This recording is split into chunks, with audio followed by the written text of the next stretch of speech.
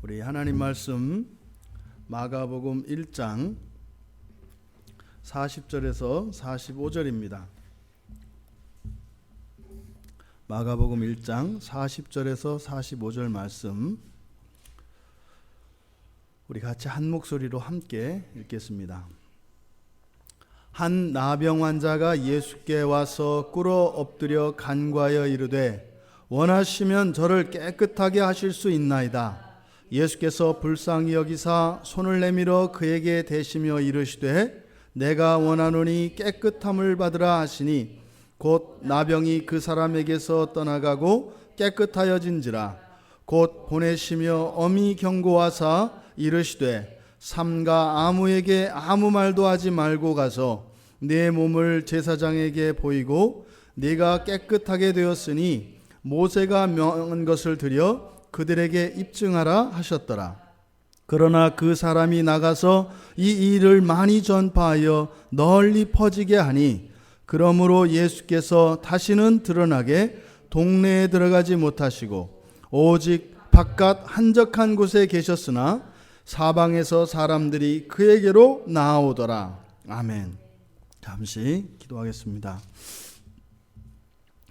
하나님 아버지, 저희들을 이 3일 저녁으로 함께 모이게 하여 주시고 하나님의 말씀을 듣고 은혜를 누리게 하여 주시니 감사합니다.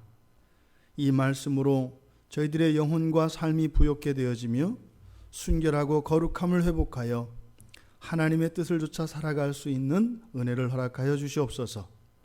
감사하며 예수님의 이름으로 기도드리옵나이다. 아멘. 지금 주보에 그 인쇄가 잘못되어 있습니다. 그래서 오늘 마가복음 1장의 마지막 부분입니다. 40절에서 45절까지 그리고 내 몸을 보여라 라고 하는 제목으로 설교를 하려고 합니다.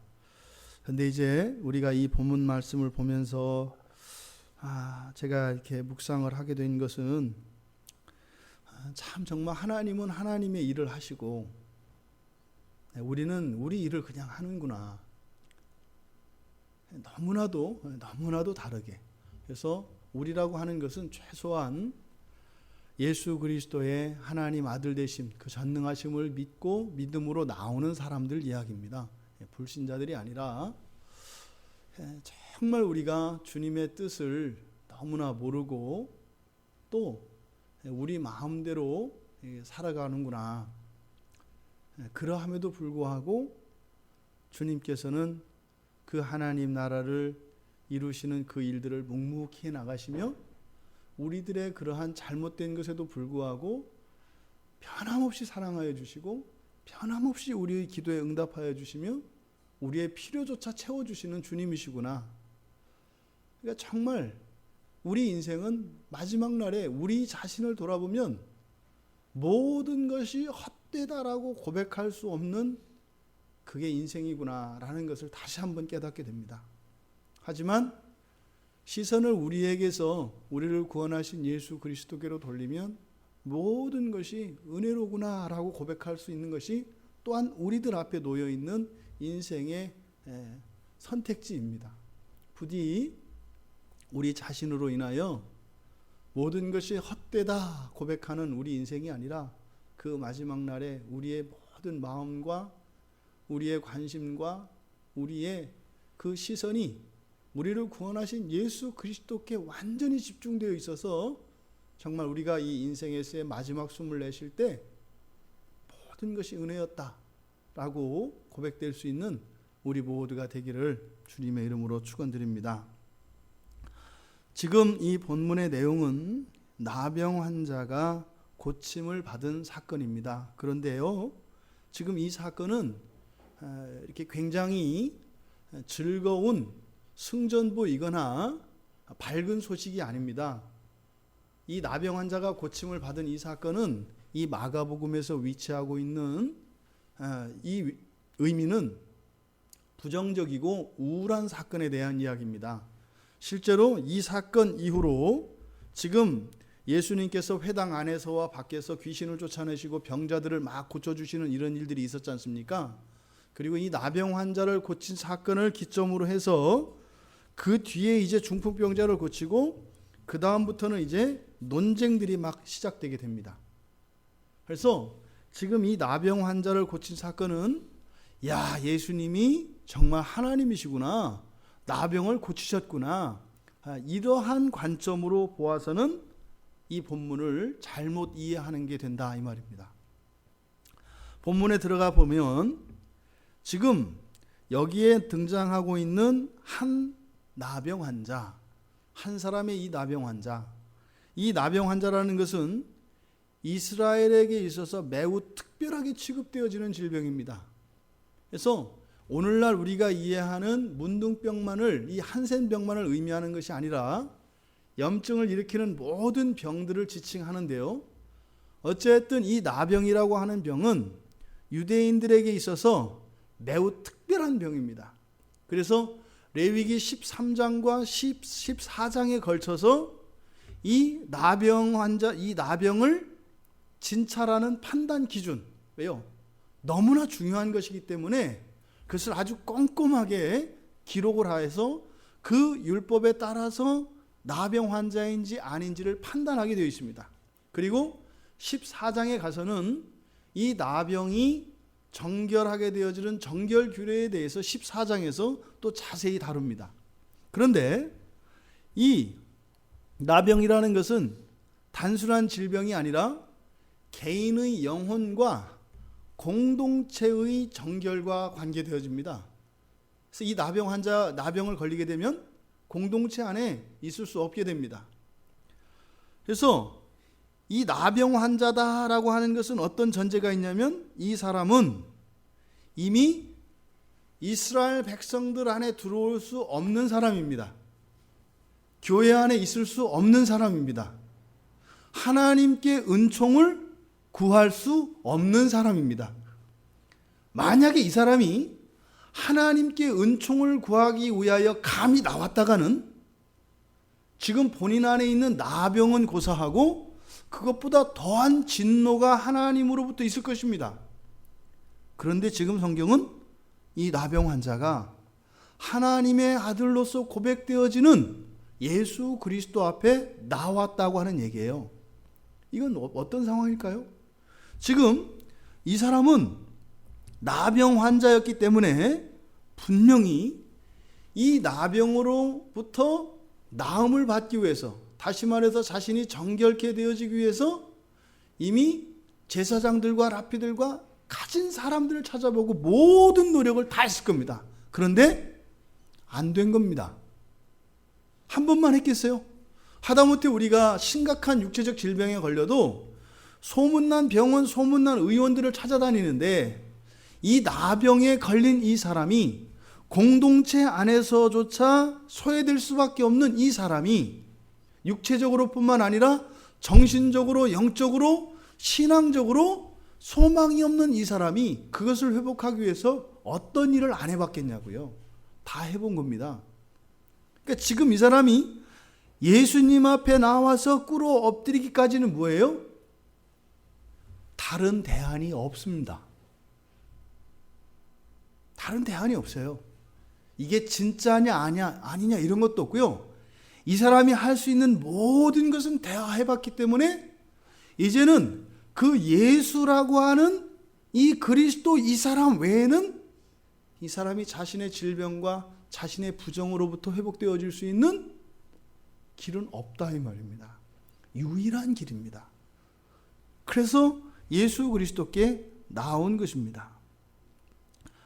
이미 제사장을 찾아가고요, 랍비들과 여러 가지 시도를 했지만 병은 낫지 않았고 자기 안에 있는 이런 양심의 송사와 나는 부정한 인간이다라고 하는, 그래서 이 병이 낫기까지는 이 나병 환자는 부정합니다. 언제나 부정합니다. 잠들어 있을 때도 부정하고 어떤 때도 부정합니다. 병이 낫기 전까지는. 바로 그랬던 나병 환자가 주님을 찾아온 것입니다. 그런데 이 나병 환자가 주님께 찾아와서 바로 원하시면 저를 깨끗하게 하실 수 있나이다 라고 하는 이 믿음의 고백은 놀랍습니다. 무조건 이것은 주님의 소원이 아니라 나는 지금 주님, 예수님 말고는 다른 대안이 없으니까 예수님 저를 고쳐주십시오 라고 이야기를 해야 되는데 지금 이 사람은 뭐라고 해요? 정결의 문제를 먼저 얘기합니다. 예수님의 능력 가운데 병을 고치는 능력과 죄를 사하여 주는 능력이 있는데 이 사람은 내 병을 고쳐주십시오 라고 이야기하는 게 아니라 뭐라고 해요? 저를 이 부정한 이 더러운 상태에서 저를 정결케 해주십시오 라고 이야기를 합니다. 물론 이것은 이 나병에서의 정결의 회복은 곧 병에서의 고침을 의미해요. 그런데 이 사람의 마음의 무게의 중심이 어디 있는가에 따라서 주님께 한 고백이 달랐을 거다 이 말입니다. 근데 마가는 깨끗게 하여 주십시오. 저를 이 부정으로부터 정결케 하여 주십시오 라고 고백을 했다고 마가는 기록하는 것입니다. 이것은 단지 육체의 질병으로부터의 회복뿐만 아니라 영적인, 신앙적인, 정신적인 이 모든 총체적인 회복에 대하여 지금 마가는 관심을 가지고 있다는 것을 우리는 볼 수 있습니다. 이 앞에서 주제가 무엇입니까? 바로 예수님께서 회당에서 귀신을 쫓아내고 질병 환자들을 고쳐줬을 때 그것이 의미하는 바는 무엇이라고요? 하나님 나라의 도래라고 했습니다. 그러니까 지금 마가는 이 나병 환자의 고백을 통해서 바로 예수님께서 선포하셨던 이 하나님 나라의 이 땅의 임재 이 도래에 대해서 우리가 구해야 할 바가 무엇인지를 나병 환자의 고백을 통해서 우리에게 가르쳐 준다 이 말입니다. 우리가 예수를 믿으면서 굉장히 혼돈하는 부분이 삶의 필요의 극한의 어떤 가난과 극한 상황과 영적인 침체가 함께 맞닥뜨렸을 때 이게 최악의 상황입니다. 하나님이 진짜 있는지 없는지도 모르겠고 예수를 믿으면 구원 받는지 어쩌는지도 모르겠고 당장 지금 살아갈 소망도 없고 이 소망이라는 것은 거창한 게 아닙니다. 한 끼 식사를 말하는 거예요. 따뜻한 잠자리를 말하는 거예요. 이 두 가지가 맞닥뜨렸을 때 어느 게 더 중요하고 어느 게 더 덜 중요하고 어느 게 먼저고 어느 게 나중이고 분간할 수가 없다 이 말입니다. 지금 이 나병 환자의 상황이 그런 상황이에요. 그런데 지금 마가는 우리에게 무엇을 이야기하는 거예요? 깨끗하는 정결의 문제, 이 구원의 문제가 바로 하나님 나라의 백성이 되는 이 문제가 더 중요하다, 우선적인 것이다, 잊지 마라 라고 하는 메시지를 이것을 통해서 우리에게 주고 있습니다. 그래서 이 나병 환자가 의미하는 것은 이중의 고통을 말해요. 육체의 고통과 영혼의 고통, 또 우리의 삶의 고통과 그리고 우리의 내면에서 일어나는 이런 고통, 이 두 가지 총체적인 모든 것에 대한 고통과 난관을 이야기하는 것입니다.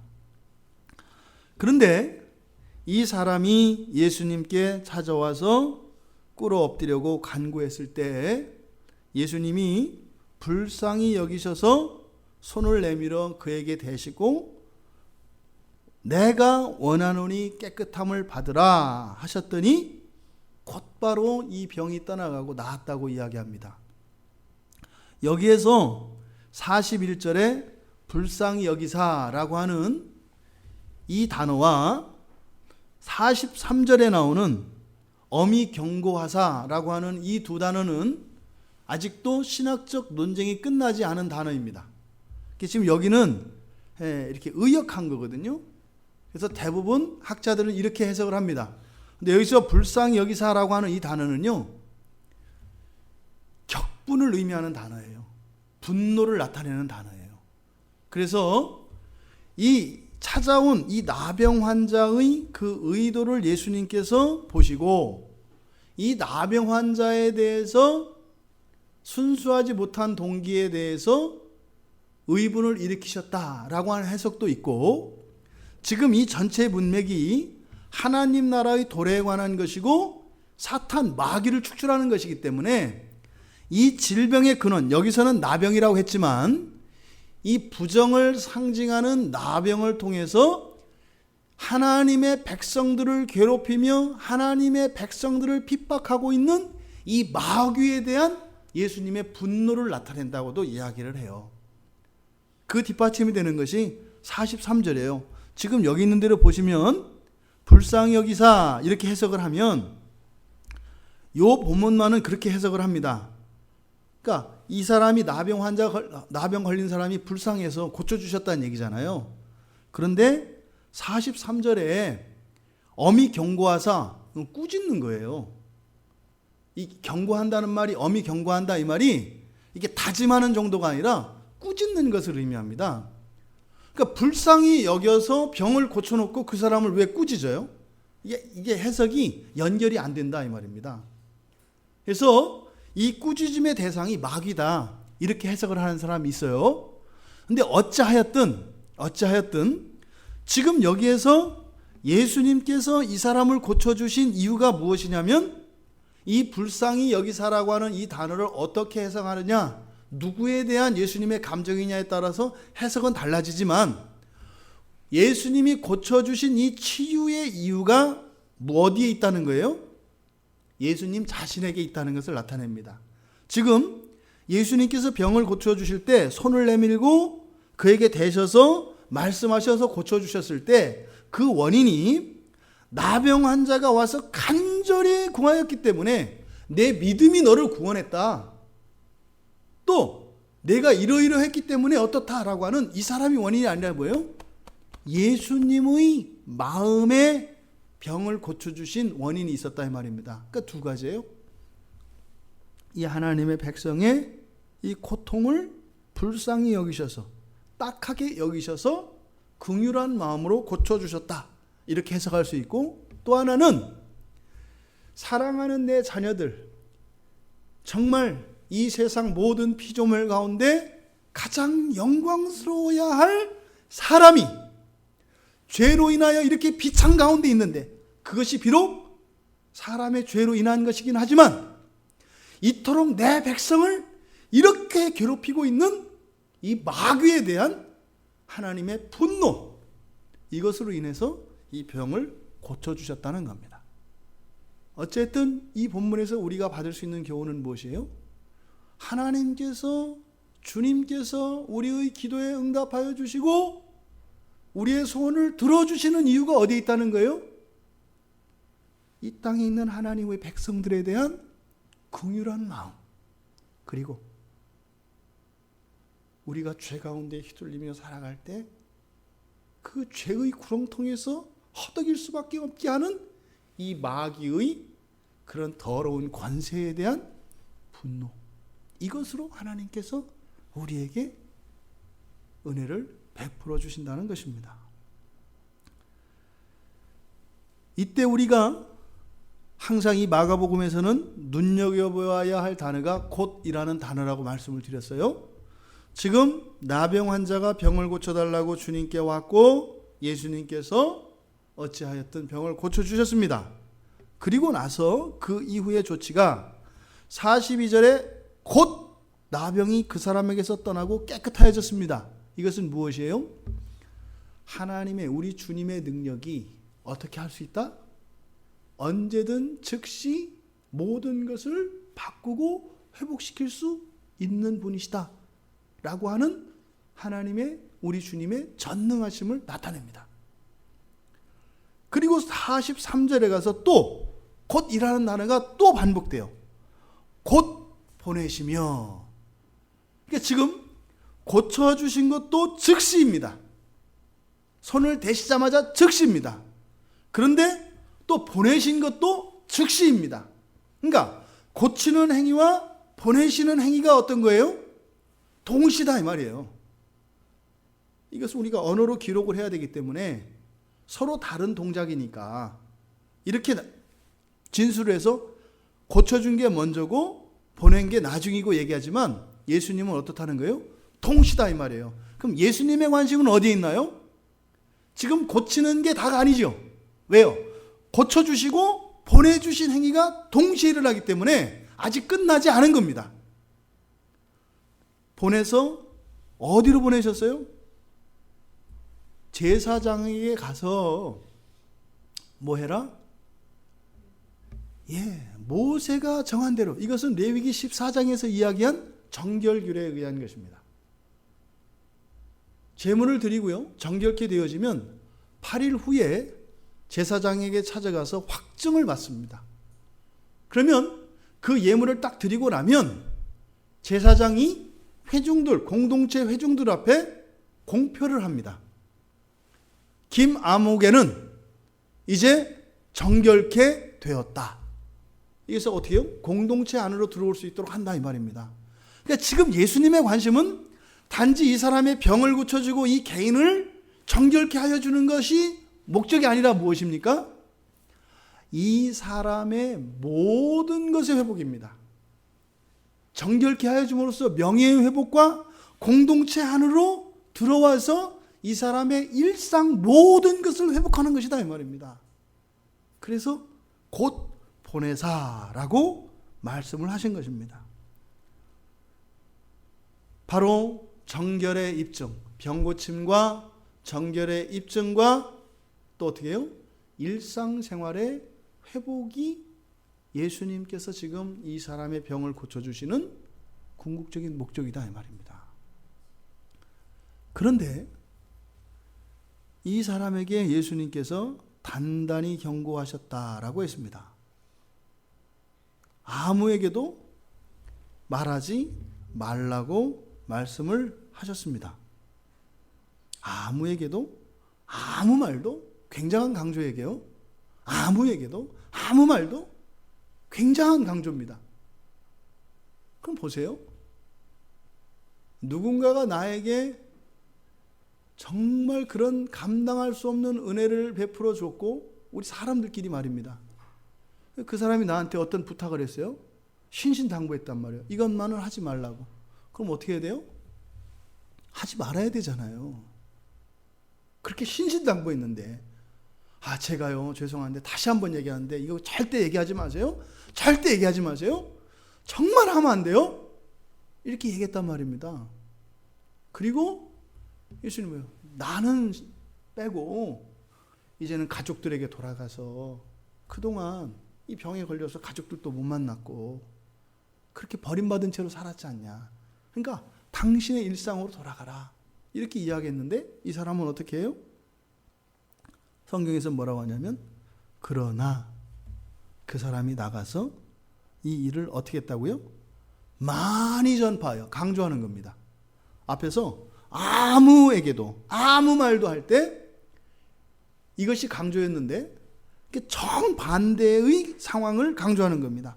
많이 전파하여, 어떻게 했어요? 널리 퍼지게 했다. 아무것도 하지 말라 했는데 많이 하고 널리 전파했다는 거예요. 이 사람 생각에는 너무나 감사했으니까 뭐 그렇게 생각할 수 있어요. 너무 은혜가 커서 하나님이 하지 말라고 했는데도 너무 커서 주체할 수 없어서 할 수밖에 없었다. 하나님의 은혜가 얼마나 큰 것이냐? 이렇게 하면 안 돼요. 지금 이 사람은 뭐 하고 있는 거예요? 하나님의 은혜를 받았음에도 불구하고 불순종하고 있는 겁니다. 소문이 퍼진 것과 이 사람이 많이 전파해서 널리게 퍼지게 한 것과는 전혀 상관없어요. 소문이 나고 널리 퍼진 것은 무엇 때문이에요? 하나님의 능력 때문입니다. 이 사람이 이렇게 했기 때문에 그런 것 아니다 이 말입니다. 지금 이 사람은 하나님의 구원의 은혜를 받았는데 이 사람은 불순종하고 있습니다. 이게 나병 환자의 모습이에요.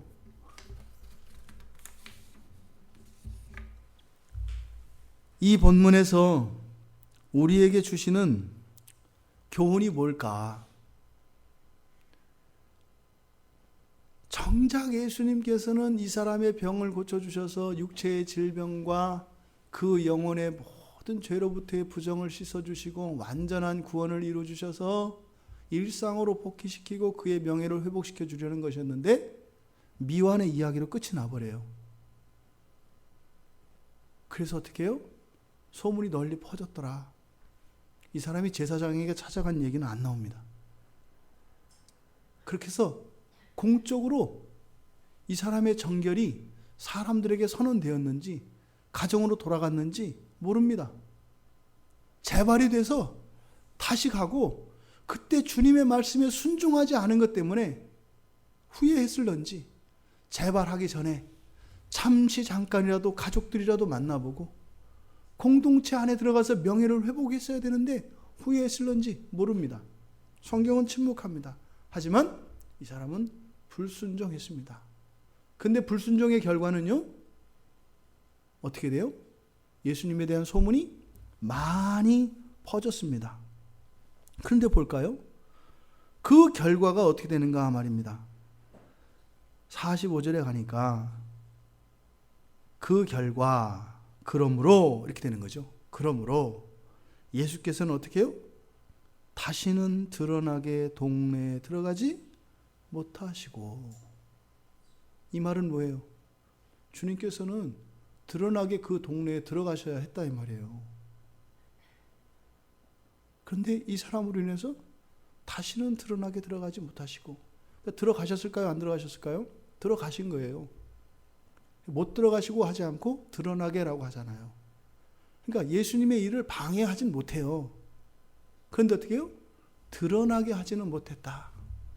그러니까 이 사람이 불순종으로 인해서 하나님 주님께서 그 일을 하시는데 어떻게 해요? 불편함이, 부작용이, 잡음이 있었던 것에 대해서 이야기를 합니다. 항상 얘기하지만 그러한 우리들의 불순종으로 생겨나는 부정적인 이런 일들은 오히려 하나님의 영광을 더 드러내게 합니다. 그래서 그렇게 했다 해서 하나님의 일이 방해를 받거나 그러지 않습니다. 하지만 하나님이 일을 하실 때는 항상 우리들의 순종을 사용하셔서 우리들과 함께 하시기를 원하세요. 그냥 하나님의 일만 진행되기를 바라시는 게 아니라 그 일에 부름받은 사람들에게도 순종을 통하여 그 영광과 기쁨을 맛보게 한다 이 말입니다. 근데 하나님의 일은 하나님의 일대로 진행되어지고 사람은 사람대로 불순종하는 이런 구도가 아니라 이것이 함께 순행하기를 원하신다 이 말입니다. 지금 여기서 예수님은 이제 드러나게 들어가실 수는 없게 되었다고 합니다. 더군다나 오직 절대 이런 단어죠. 바깥 한적한 곳에 계셨다고 이야기합니다. 그런데요, 바로 예수님의 그 사역을 방해할 수 없었다라고 하는 것을 뒤에서 얘기합니다. 한적한 곳에 오직 계실 수밖에 없었지만 사방에서 사람들이 그에게로 나오더라. 이것은 이 사람이 널리 전파했기 때문이 아니라 그랬어요. 그런데 이 결과는 어떻게 달랐을까? 만약에 이 사람이 순종을 했다면요, 제사장에게 가서 제가요 그 하나님의 아들이라고 하는 나사렛 예수를 찾아가서 나를 깨끗하게 하여 달라고 무릎을 꿇고 간구했더니 나에게 명하시니까 병이 떠나가고 내가 나았습니다. 그럼 제사장이 뭐라고 할까요? 제사장은 이 마가복음 이 이후에서 나오는 그런 사건들을 통해서 뭐라고 했을지 우리는 상상이 아니라 아주 이성적으로 추론할 수 있습니다. 부정했을 겁니다. 왜요? 자기가 못한 일을 제사장들은 단지 제의적으로만 선포할 뿐입니다. 정결케 되었다. 그런데 나병은 어떻게 해요? 제의적인 선포만으로 안 돼요. 왜? 제의적인 선포와 함께 병 고침이 함께 일어나야 되거든요. 그러니까 이 나병이 고쳐지기 전에는 이 사람이 아무리 선량하게 살았던 사람이라 할지라도 제사장이 아무리 봐도 죄가 없는 사람인데 모든 율법을 지켰던 사람인데 이 사람을 정결케 되었다라고 선언을 못한다 이 말이에요. 그런데요, 하찮은 나사렛 예수가 이 일을 했다는 겁니다.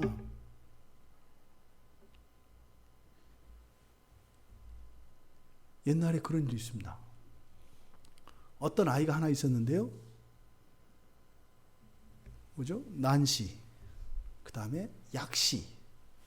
그래서 눈병이라는 눈병이 다 가지고 있었어요. 아주 어린 나이에. 그래서 여러 병원을 찾아가 봤답니다. 그런데 교정이 안 된다네요. 약시는.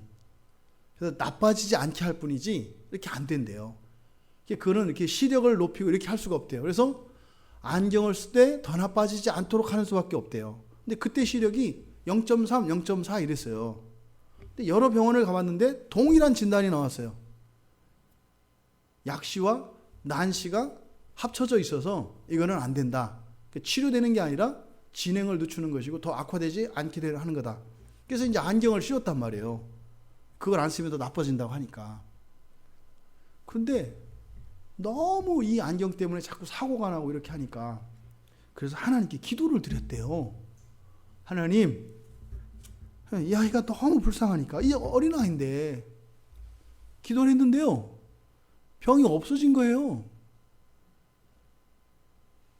없어졌대. 그래서 병원에 가서 진찰을 해봤답니다. 그랬더니 정상으로 나오더래요. 그래서 물어봤대요. 아니, 얘가 원래는 약시고 난시였는데 안경을 안 썼는데도 이렇게 될 수가 있나요? 그랬더니 그럴 수 없다고 하더래요. 그래서 예전에 찾아갔던 병원에 가가지고, 왜냐면 기도의 응답이잖아요.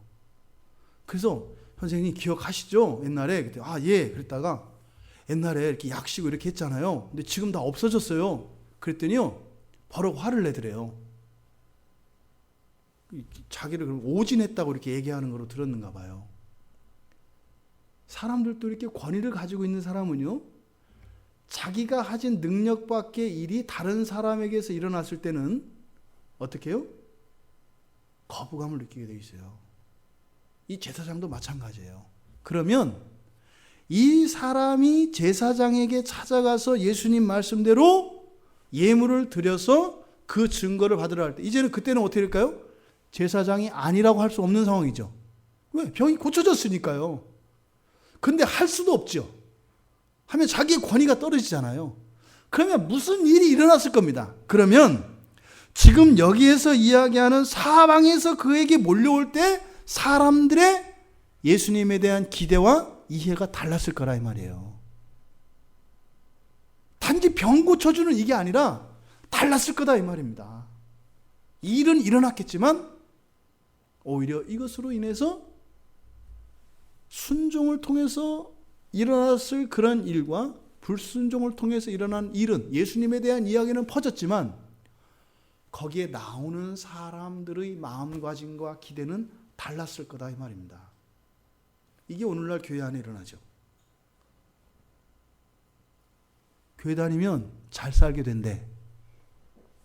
이 말을 가지고, 이 말을 믿고 그 기대 심리를 가지고 교회에 나오는 사람과, 우리는 소망이 없는 죄인인데 예수 그리스도에는 구원의 다른 길이 없는데 교회를 통해서 교회 안에서 하나님의 용서와 구원이 우리에게 주어진대. 그래서 이 죄의 용서와 총체적인 구원에 대한 기대를 갖고 나오는 사람 사이에는 엄청난 차이가 있다 이 말입니다. 지금 여기에서 이 일어난 소란은 오늘날 기복신앙에 사로잡힌 사람들이 몰려드는 그런 상황이 되어지는 것이에요. 이런 상황이 왜 일어난다고요? 우리들의 불순종 때문에 일어난다는 겁니다. 하나님의 일이 일어나지만 우리들은 그 하나님의 일을 어떻게 합니까? 자꾸 방해하는 사람들입니다. 우리들 자신을 돌아보기를 원합니다. 우리들의 삶 속에, 우리들의 신앙의 여정 속에 있었던 은혜의 경험들이 우리들에게는 어떻게 나타나야 돼요? 하나님 말씀에 대한 순종으로 나와야 된다 이 말입니다. 그런데 어떻게 돼요? 간증으로 끝이 나버린다 이 말이에요. 하나님이 해주셨어. 내가 그 하나님의 은혜를 받은 사람이야. 하나님 진짜로 계셔. 이 나팔수 역할은 주님이 원하시는 게 아니에요. 우리가 주님의 영광을 드러내고 주님을 선전하는 것이, 주님의 목적이 주님의 이름이 만인들 가운데 알려지는 게 목적이 아니에요. 뭐라고요? 우리들 한 사람 한 사람의 완전한 회복에 있다 이 말입니다. 이런 은혜의 경험을 통해서 우리가 어떻게 해요? 하나님 말씀에, 주님의 말씀에 순종하며 그렇게 예수 그리스도를 닮아가는, 그래서 온전한 사람으로 회복되어지는, 여기에 주님의 관심이 있다 이 말입니다. 이 일이 여전히 오늘날도 우리들의 삶 속에서 계속되어지고 있습니다. 우리들이 한번 우리들 자신을 돌아보기를 바랍니다. 우리가 오랫동안 신앙생활을 했고 하나님의 은혜에 대한 많은 누림이 있었고 그런 기도들의 응답이 있었다면 어떻게 되어야 한다는 거예요? 그럴 때마다 우리는 주님의 말씀에 더 순종하는 사람이 되어서 그렇게 더 거룩한 사람으로, 온전한 사람으로 변화되어졌어야 한다 이 말입니다. 그런데 어떻게 해요? 이 나병 환자와 같이 그저 놀랍다, 그 은혜, 이것이 잘못되었다는 것이 아니라 순종과 함께 이루어졌어야 하는데 이 순종을 빼버리니까 이것이 어떻게 해요? 단지 사방에서 소란스러운 일들만 일으키게 되었다는 겁니다. 우리는 천국을 향해서 나아가는 사람들인 것을 기억하셔야 합니다. 이 세상은 천국의 삶을 살아가기 위하여 준비하는 기간으로 살아가는 것임을 한시도 잊어서는 안 됩니다. 이 세상에 일어나는 그 어떤 일들이 저 영혼에 대한 영적인 차원에서의 의미로 연결되어지지 않는다면 그것은 우리의 신앙생활에 있는 것이든 도덕적인 선을 나타내는 것이든 이 나병 환자가 했던 나팔수 역할밖에 하는 것이 아니다 이 말입니다. 하나님의 일은 하나님이 하세요. 하나님 나라는 하나님이 건설하신다고요. 근데 어떻게 해요? 이런 불순종을 통해서도 그것을 바꾸어서 은혜로 하나님이 하시지만 하나님이 하시는 그 일에 우리의 순종으로 참여하기를 원하신다 이 말입니다. 부디 우리의 삶이 바로 내 몸을 제사장에게 보이라고 하셨던 그 주님의 말씀에 순종하는 우리가 되기를 바랍니다. 그래서 하나님의 그 영광과 하나님 나라의 성취가 우리의 순종과 함께 이루어지기를 바랍니다. 그래서 하나님 나라가 되어져 가며 우리들 한 사람 한 사람이 그렇게 온전해져 갈 수 있기를 바랍니다. 부디 우리의 관심사가 아니라 하나님, 우리 주님의 관심사에 우리의 마음을 쏟고 바로 거기에 우리가 순종할 수 있는 사람들이 되기를 바랍니다. 주님은 곧 병을 떠나게 하실 수 있고 즉시로 깨끗게 하실 수 있습니다. 그 얘기는 뭐예요? 여러분들의 인생을 즉시로 바꾸실 수 있습니다. 여러분의 인생을 즉시로 부유케 할 수도 있습니다. 그런데 왜 그런 일이 안 일어날까요? 그것은 주님의 주권에 맡겨야 합니다. 그리고 우리는 우리 자신을 돌아보아야 합니다. 지난날 우리의 삶 속에 주셨던 그런 은혜들이, 그런 은혜의 체험들이 있을 때마다 그 이전에는 불순종하였던 것들을 순종하는 그런 사람으로 변화되어졌던가 우리 자신을 돌아보아야 합니다. 만약에 그렇지 않다면 밑 빠진 독에 물 붓기처럼 끊임없는 은혜가 부어진다 하더라도 우리 자신들에게는 그런 영적인 유익과 주님이 원하시는 참다운 구원이 성취되지 않고 있다는 것이기 때문입니다. 오늘 이 나병 환자의 사건을 통해서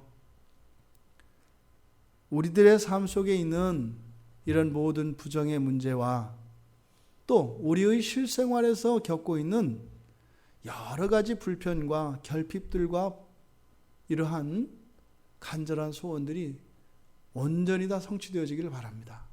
온전히 다요. 하지만 그런 것들을 통해서 우리들 개인들에게 정말 유익이 되는 것은 무엇이에요? 더 순종할 수 있는 사람으로 변화되어지는 겁니다. 그래서 나의 모든 인생관과 모든 가치관이 이 성경에서 주신 주의 말씀을 따라 변화되어지는 사람들입니다. 병자들을 고치고 귀신을 쫓아내는 일은 주님이 하실 일입니다.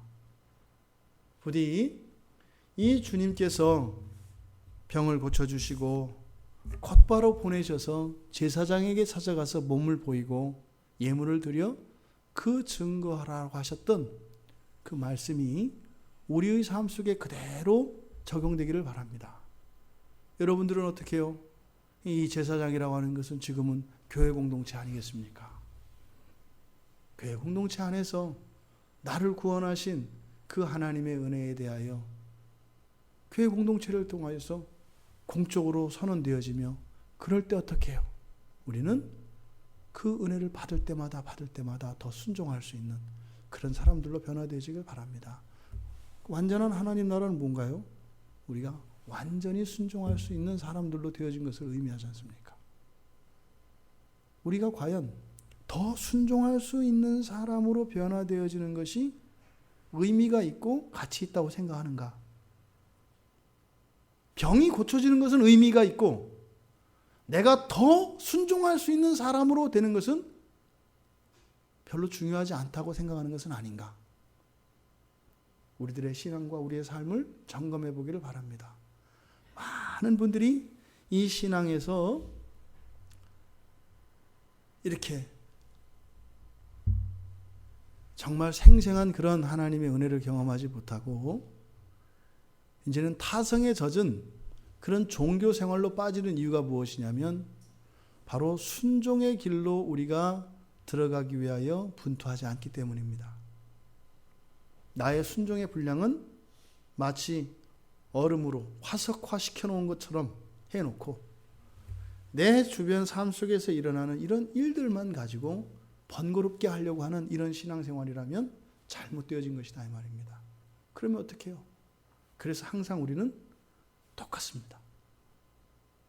이제 막 예수를 막 믿고 교회 나온 사람이나 10년, 20년, 30년, 40년 동안 놀라운 이적들을 체험하고 정말 아주 신비한 기도의 세계를 체험하고 이런 영적인 신비의 체험들이 있었던 이런 사람들이나 항상 동일하다 이 말입니다. 어떻게 해요? 현재는 순종하지 못하는 나의 불순종을 깨트려 그 한계를 뛰어넘는 순종을 향하여 경주하는 사람들이 된다 이 말입니다. 그러면 우리가 자랑할 것이 아니라 뭐예요? 내가 불순종하고 있는 말씀과 그 하나님의 명령을 다를지라도 여전히 우리는 어떤 사람들이에요? 동일하게 불순종이라고 하는 이 벽에 막혀서 이것을 뚫기 위하여 싸우는 사람들이기 때문에 우리가 서로 동병상련의 정을 느낄 수 있고요. 그러함에도 불구하고 우리를 붙잡고 있는 하나님의 동일한 은혜와 사랑을 함께 느끼는 사람이 된다 이 말입니다. 그런데 이 순종과 불순종의 문제에 그런 가치를 두지 않으면 무엇이에요? 과거에 있었던 지난날의 어떤 경력들과 경험들을 가지고 기재기를 한다 이 말입니다. 전혀 잘못된 것이죠. 우리가 살아가는 동안 날마다 더 순종할 수 있는 그 일이 가장 소중한 것이다라는 것. 이것을 잃지 않고 주님께서 이 나병 환자를 고쳐주셨던 이 은혜의 참뜻을 우리들의 삶 가운데 주셨던 이 은혜에 대한 그 의미를 다시 한번 깨닫는 시간이 되기를 바랍니다. 그래서요, 한 달이 지나고 두 달이 지나고 1년이 지나고 2년이 지났을 때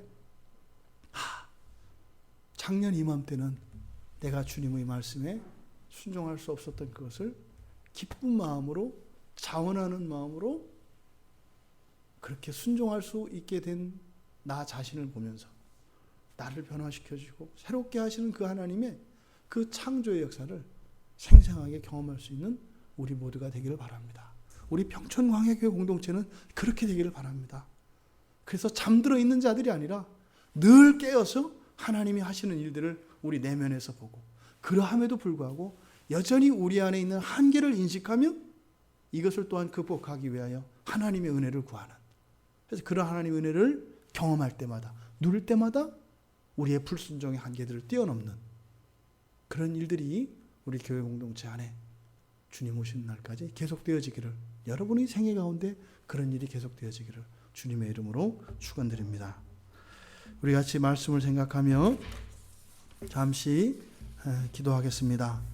주님께서 나병 환자를 고쳐주시고 요구하신 것은 내가 너를 고쳐준 것을 사람에게 알려라가 아니라 내 몸을 보여라 라고 말씀을 하셨습니다. 그렇게 해서 내가 나로 인하여 정결케 되어진 것과 그 은혜로 말미암아 너의 삶이 온전히 회복되어지기를 원한다라고 하신 이 주님의 말씀에 그 참다운 의미가 우리들 모두에게 이 나병 환자와는 다른 그런 순종의 길로 들어섬으로써 오히려 그것을 인해서 더 우리는 불편을 겪어야 될는지도 모릅니다. 왜냐하면 다른 사람들이 할 수 없는 것을 예수님이 한다고 이야기하고 다니기 때문에 그것 때문에 오히려 야, 저 사람은 부럽다 이런 것이 아니라 오히려 사람들에게 미움을 받을 수도 있습니다. 하지만 주님의 말씀을 따라 살아가는 것이 우리들의 최고의 소원이 되고 최고의 가치가 될 수 있었으면 좋겠습니다. 주님, 이 세상을 사는 동안 최고의 가치를, 주님의 말씀을 따라 순종하는 것이 될 수 있도록 도와주시옵소서. 내 생각을 바꿔주시옵소서. 나의 삶에, 나의 신앙에 잘못된 부분들을 회복시켜 주시옵소서. 우리가 은혜를 구하며 기도하겠습니다.